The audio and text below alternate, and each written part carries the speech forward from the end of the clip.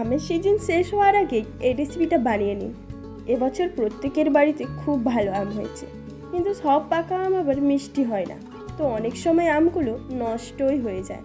এই রেসিপিটা যদি একবার ট্রাই করেন, কথা দিচ্ছি আর আমগুলো নষ্ট হবে না।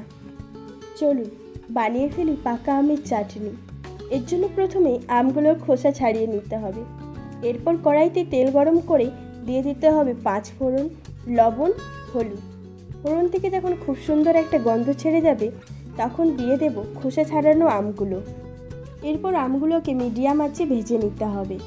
এবার যখন একটু একটু ভাজা ভাজা হয়ে যাবে, তখন ওর মধ্যে দিয়ে দেব মিষ্টির রস ও পরিমাণ মতো চিনি।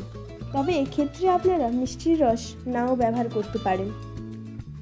আমগুলো সেদ্ধ হয়ে গেলে খুন্তি দিয়ে ভালোভাবে চেপে চেপে দিতে হবে। দেন এটাতে ফিনিশ করব কাজু বাদামের কুচি দিয়ে। আমার ভিডিও যদি আপনাদের ভালো লেগে থাকে, বাড়িতে এই রেসিপিটা বানিয়ে ফেলুন। আর আমাকে কমেন্ট করতে ভুলবেন না যে রেসিপিটা কেমন হয়েছে।